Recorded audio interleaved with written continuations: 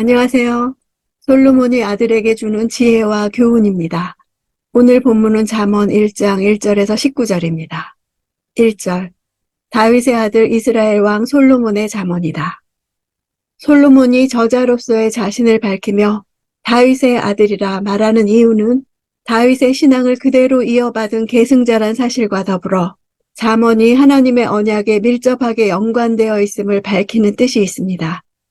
즉 잠언은 이 세상 사람들의 일반적인 윤리와 연관된 것이 아니라는 사실을 말해줍니다. 이스라엘 왕임을 밝히는 것은 당시 왕은 정치적 역할만이 아니라 백성들로 하여금 하나님의 뜻을 준행하기 위해 필요한 가르침을 전하는 교사요, 지혜자로서의 역할까지 수행하는 자로 여겨졌기에 자신이 그런 역할을 감당해야 할 자임을 밝히는 것입니다. 히브리어 잠언이란 단어가 다스리다라는 동사에서 유래한 격언, 속담, 비유 등을 나타내는 단어라는 것을 볼 때 왕이 통치의 일환으로 백성들에게 지혜로운 조언을 주는 의미가 있습니다.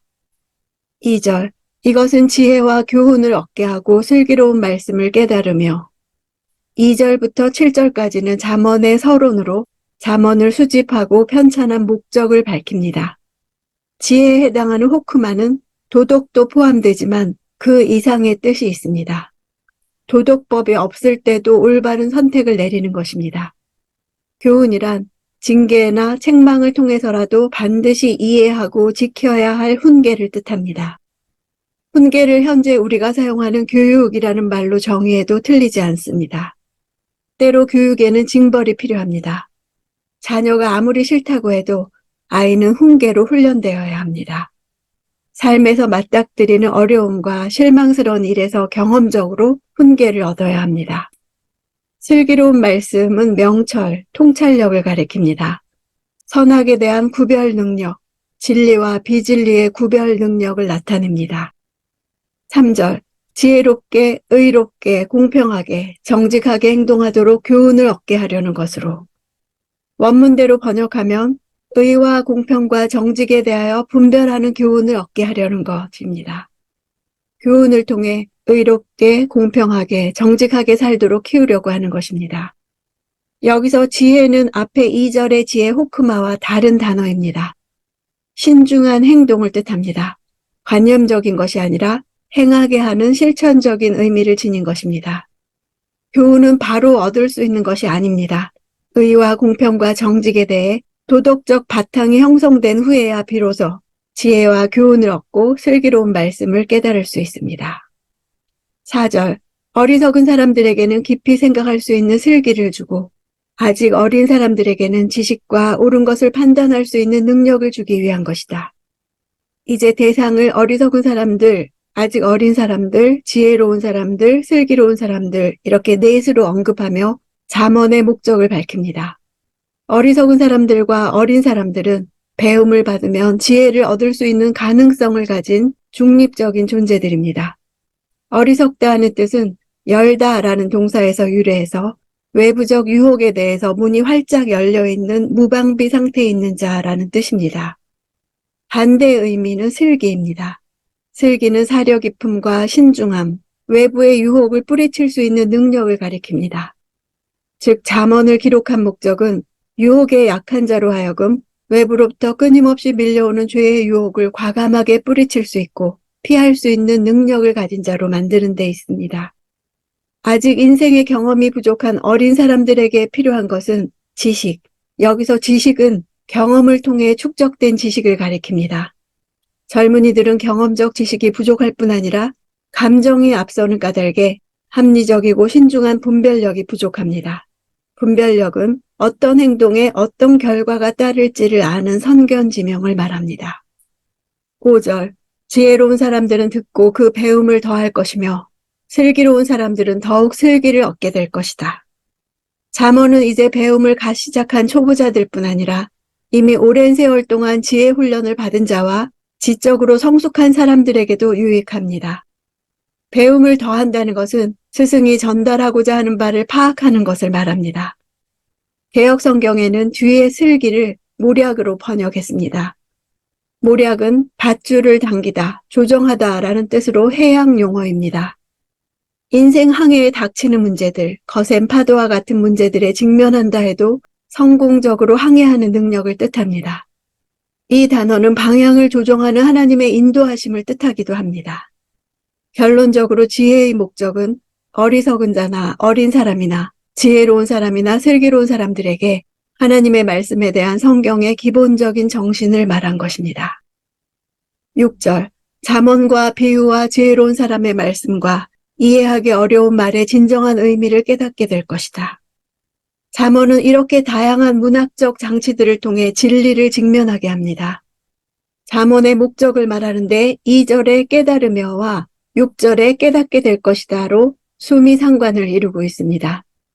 깨달음은 지혜와 교훈과 슬기에 대한 필요성을 자각하는 것입니다. 7절, 여호와를 두려워하며 섬기는 것이 지식의 시작인데 어리석은 사람들은 지혜와 교훈을 가볍게 여긴다. 잠언의 서론 2절부터 7절까지는 2절의 지혜와 교훈, 7절의 지혜와 교훈으로 또 다른 수미상관을 이룹니다. 여호와를 경외함은 구약 성경에서 가장 중요한 신학적 주제입니다. 경외는 두려워하고 인격적으로 존경하는 것입니다. 두려워하며 섬기는 것, 즉 경건한 순종을 뜻합니다. 10절, 내 아들아 죄인들이 너를 꾀더라도 거기에 넘어가지 마라. 꾀다라는 말은 그들이 너를 아름답게 한다라는 뜻으로 과장된 말로 유혹하고 설득하고 속이는 것을 나타냅니다. 넘어가다는 동의하다, 결심하다, 호흡을 맞추다. 이렇게 악인들은 동지의식을 불러일으키며 유혹합니다. 아직 젊은 아들은 사회적 연대감을 강력하게 표현하는 말을 들었을 때 사회적 수용과 동질감과 환대를 느끼며 끌려갈 것입니다. 11절, 그들이 우리를 따라와라. 우리가 몰래 숨어 있다가 사람을 잡자. 우리가 죄 없는 사람을 아무 이유 없이 가만히 기다리고 있다가 몰래 숨어 있다가 사람을 잡자는 것은 마치 짐승이 엎드려서 사냥감을 기다리는 모습을 연상시켜 줍니다. 죄인들은 악한 일에 대해 동조하기를 바라는 것에 주저하거나 머뭇거리지 않습니다. 상습적인 범죄 행위와 마비된 양심으로 인해 악한 요구라도 서슴없이 강한 어조로 전합니다. 죄 없는 사람을 아무 이유 없이란 악인들의 범죄는 그 대상에 있어서 제한이 없고 아무런 개인적 가책이 없고 폭력을 위한 폭력을 즐기고 있는 것입니다.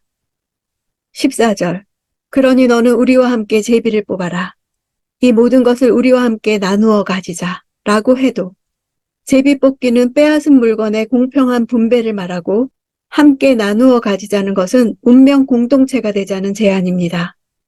악인들의 유혹에는 표면적으로 볼 때 동지의식과 폭력의 충동과 재물의 매력이 있지만 그 배후에는 심각한 위험이 있습니다. 동지의식과 패거리의식은 그들과 끊임없이 악행에 동조하게 하고 거기서 빠져나오지 못하게 하는 덫이 되고 말 것입니다. 17절, 새들이 다 보고 있는 데서 그물을 치는 것처럼 소용없는 일이 또 있을까? 새가 그물을 보고 피하는 것처럼 경계를 받는 자들은 악한 자의 의도를 깨닫고 피하기 때문에 그물은 실패합니다. 악인들이 놓는 어떤 덫도 지혜 앞에서 실패할 것입니다. 악한 자들은 마치 새가 보는 앞에서 그물을 설치하는 어리석은 자처럼 자기 스스로의 무지와 어리석음으로 인해 악한 행위의 헛됨을 인식하지 못합니다. 잠언의 저자들과 우리 사이의 시간적 격차에도 불구하고 인간의 삶은 변하지 않았습니다. 친구 사귀기, 돈을 다루는 것, 가난을 대하는 태도, 생계를 유지하는 것, 실패를 통해 배우는 것, 어려움을 헤쳐나오는 것, 죽음에 직면하는 것 등 이것들은 인간의 끊임없는 주제이며 잠언은 이런 주제들을 모두 다루고 있습니다. 지혜는 사람들이 상황에 대처할 수 있도록 해줍니다.